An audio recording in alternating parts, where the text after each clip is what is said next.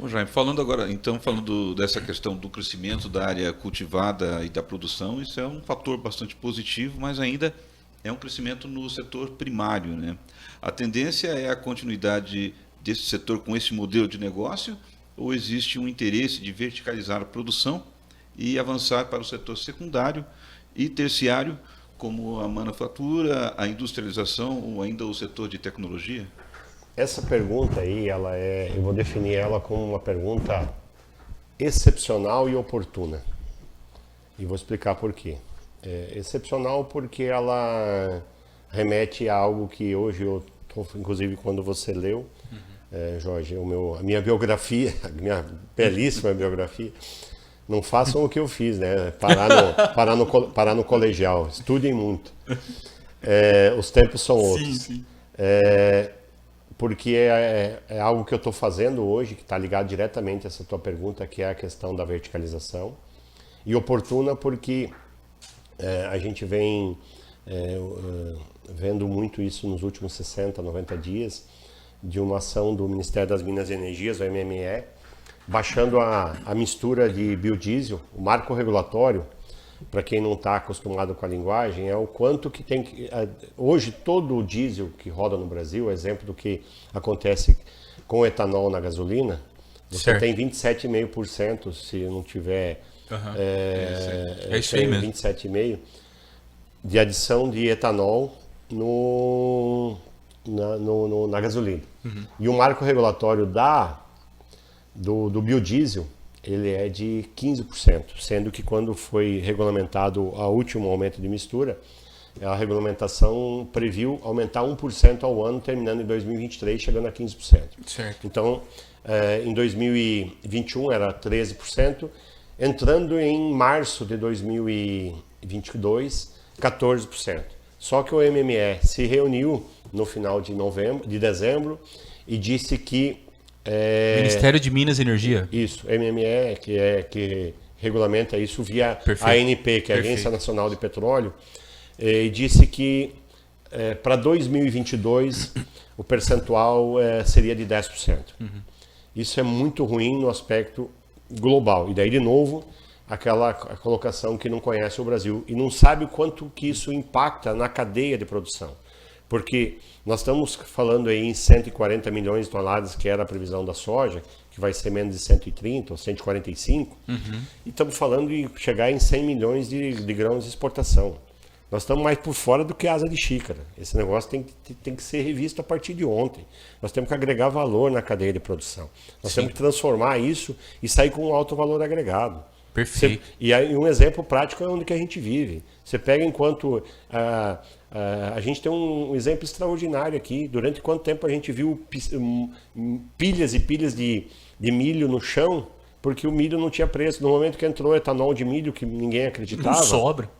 Ninguém acreditava no etanol de milho, e de repente o Marino, de novo vou citar o Marino, ele foi e encasquetou com esse negócio, exemplo do que o Miguel fez lá atrás com a questão do biodiesel. Ele falou, não, nós vamos fazer etanol de milho, porque os Estados Unidos fazem e aqui é o lugar onde tem que fazer. Transformou. Hoje você tem um preço de milho tão competitivo quanto a soja, porque é a metade do preço, mas você colhe o dobro de milho em relação à produtividade. Ele se equilibra, então ele se tornou um produto tão importante quanto... Então nós temos um exemplo dentro de casa, entendeu? Que você... Agora, o governo foi lá, através do ministro do Meio Ambiente, na COP26, assumiu um compromisso de redução de emissão de poluentes no Brasil. Para 2025, atingir uma meta. Nós tínhamos que estar discutindo como é que a gente vai fazer para chegar no B20, para absorver e dar oportunidade para a indústria esmagar mais soja, agregar valor, aumentar a cadeia produtiva de carne, porque o farelo vai para a produção de carne, e o óleo para produzir mais biodiesel, para melhorar a qualidade de vida. Você tem o S500, que é o diesel altamente poluente, que está aí, e não sou eu que estou dizendo, você pega e pesquisa. Opa, desculpa. Tranquilo. Demorou, é que eu me empolgo. Eu me empolgo. Não, mas, a produção traz um paninho para nós lá, traz uma água também. Produção, fazendo favor.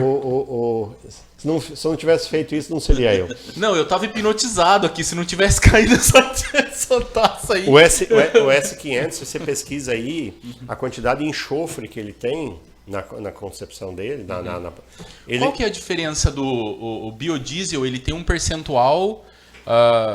percentual não, perdão. A origem dele é vegetal. 100% vegetal. Mas aí quando ele queima, ele certamente polui muito menos, é isso mesmo? Ele é um produto... Obrigado. Ele é um produto... A exemplo do etanol, que é produzido ou de milho ou de cana de açúcar. Certo. O etanol é baixíssimo, né, a poluição. Ele é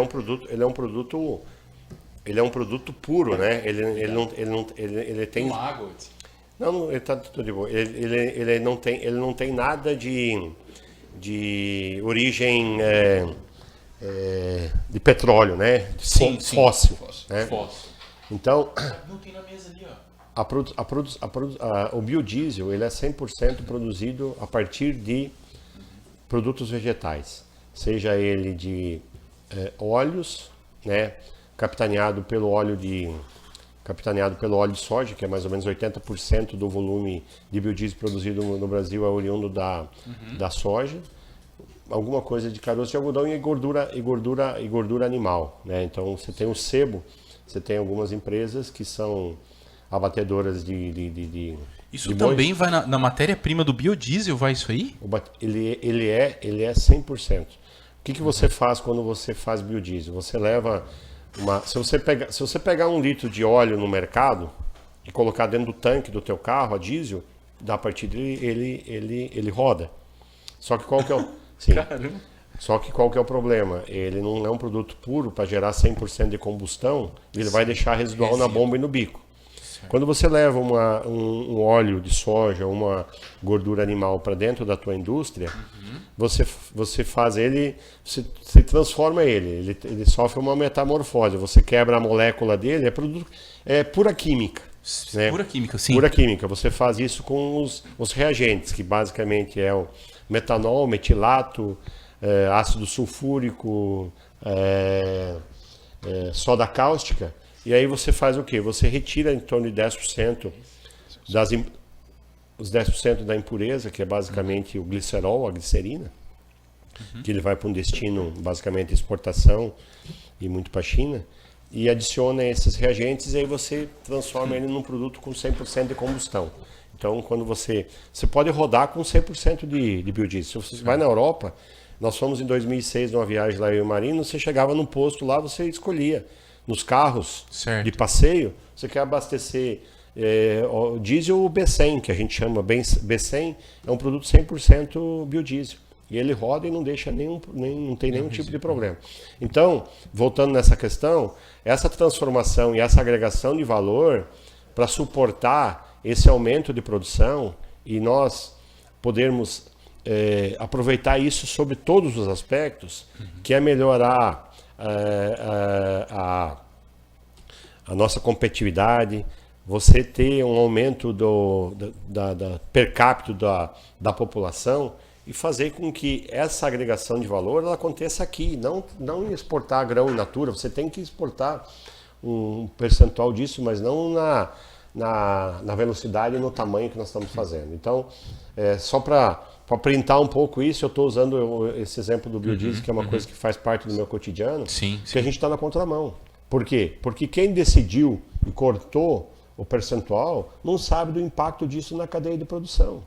Com certeza. Por isso que eu falo, quando eu falei no começo... O cara que tem a caneta não tem ideia. Que você precisaria ter um ministro da agricultura com força para dizer, não, peraí, esse negócio aí vai impactar diretamente na cadeia de produção. Nós vamos prejudicar o carro-chefe da nossa economia.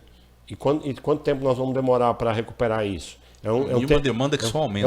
É um tempo que não volta. E daí a gente vai perdendo espaço para outros países que vão fazendo isso de uma forma natural. Perfeito.